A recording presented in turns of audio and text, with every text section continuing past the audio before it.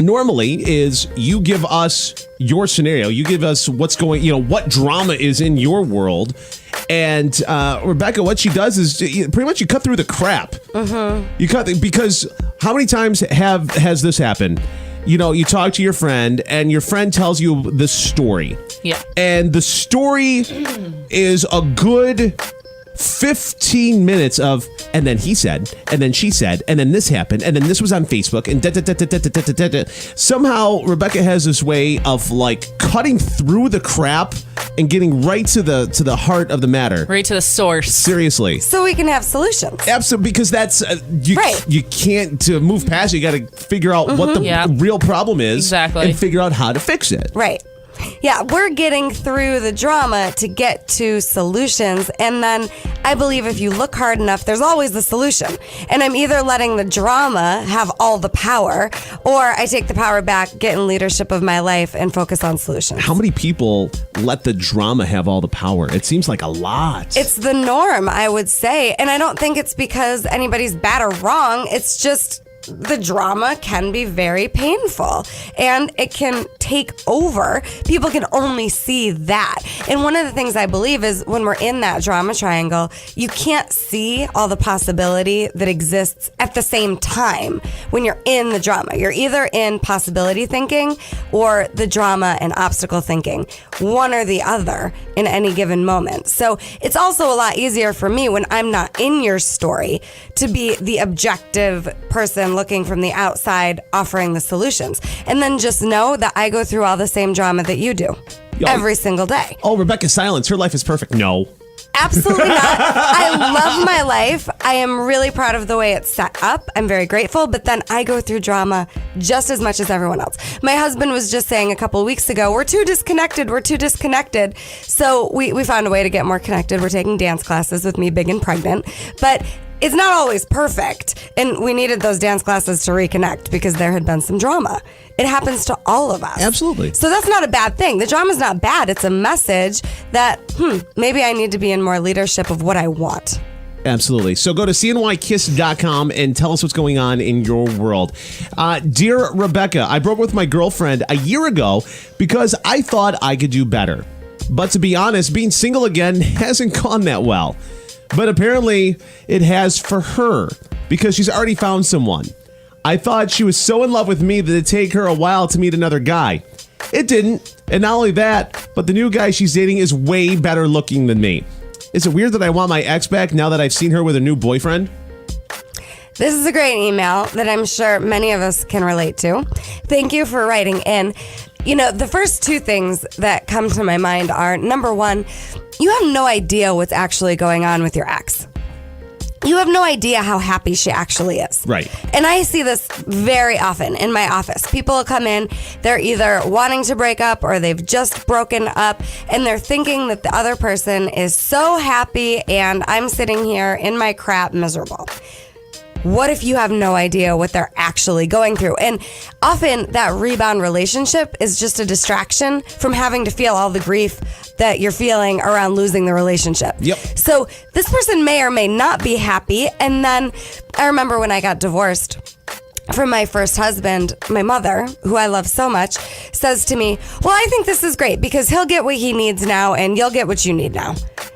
And I was so upset. I was so hurt. Mom, how could you say that? And then she was right.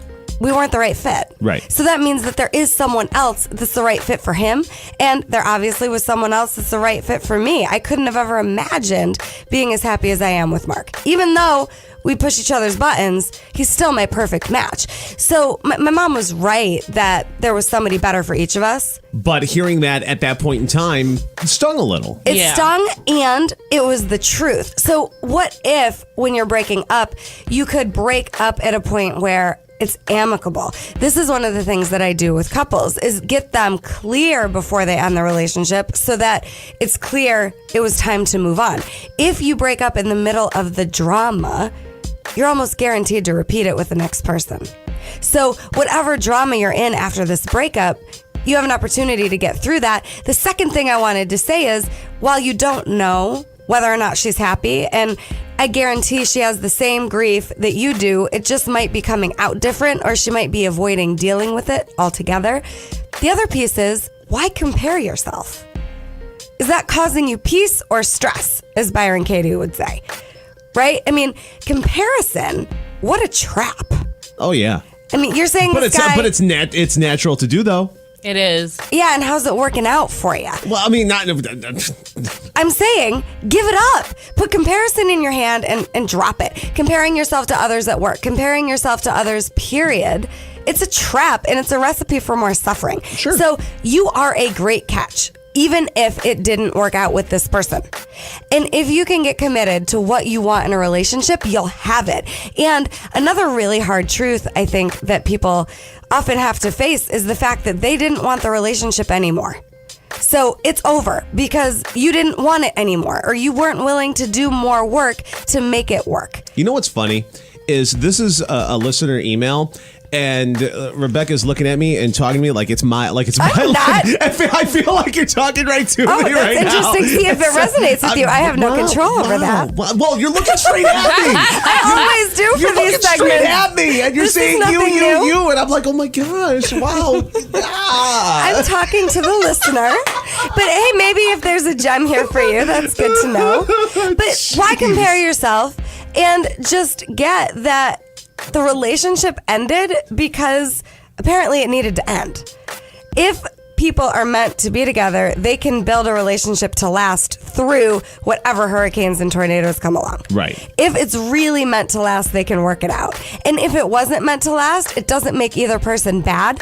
It just means it wasn't the right relationship. Next. Which guarantees that there is a right relationship waiting for you, but only if you believe that that's possible. If you believe relationships are going to be suffering, if you believe that people aren't going to want you or that the grass is greener, you'll be right about those things. So own that you're a great catch, because you are, and then go after what you want. Let her be happy with somebody else. She deserves it. And so do you. You deserve to be happy with somebody else too. And do you want to be chasing somebody and trying to convince them to be with you?